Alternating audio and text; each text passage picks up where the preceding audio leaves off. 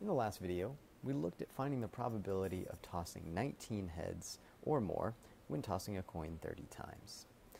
We saw that to find that probability, we could approximate it by finding the area under the normal curve from 18.5 to infinity. And we needed to use 18.5 instead of 19 because of the continuity correction.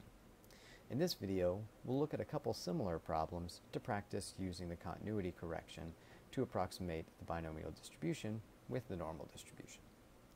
So let's say we wanted to find the probability of tossing exactly 3 heads. Now to do this, we would want to look at our graph.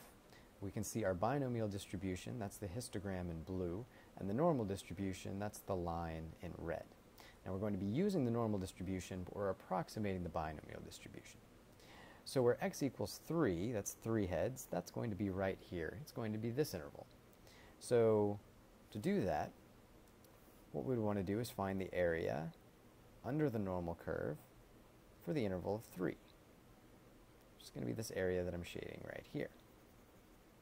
And we can see that that interval goes from 2.5 to 3.5. So to figure out this probability, we would use the graphing calculator with a lower bound of 2.5 and an upper bound of 3.5, and that would approximate the probability of tossing exactly 3 heads.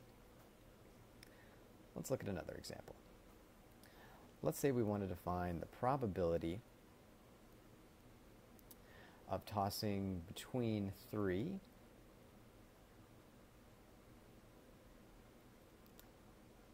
and 7 heads. So we can see both of these are less than or equal to signs, so we want to include 3 and include 7. So let's look at our graph. We can see that this interval is the 3 interval, and then 4, 5, 6, and 7.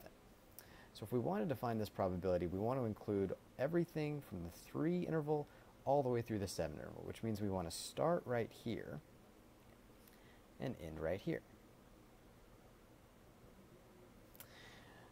And so we would want to find everything that's red right there.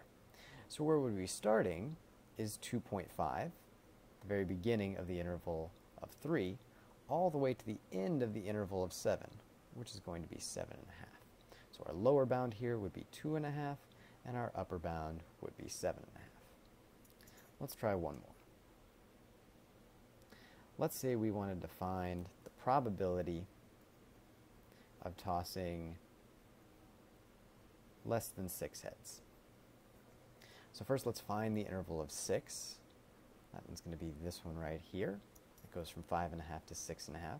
Now we want to find less than 6. So that means we don't want to include the 6 interval, which means really what we want to do is start with the 5 interval. So we want to include the 5 interval and the 4 and 3, 3 and 2 and 1 and 0. So we want to include all of those. Which means what we want to do is start right here at 5, and we would want everything below 5. So really, the upper end point of our interval will be at 5.5 because we want to stop before the 6 interval. So here we would have our lower bound as negative infinity and our upper bound as 5.5.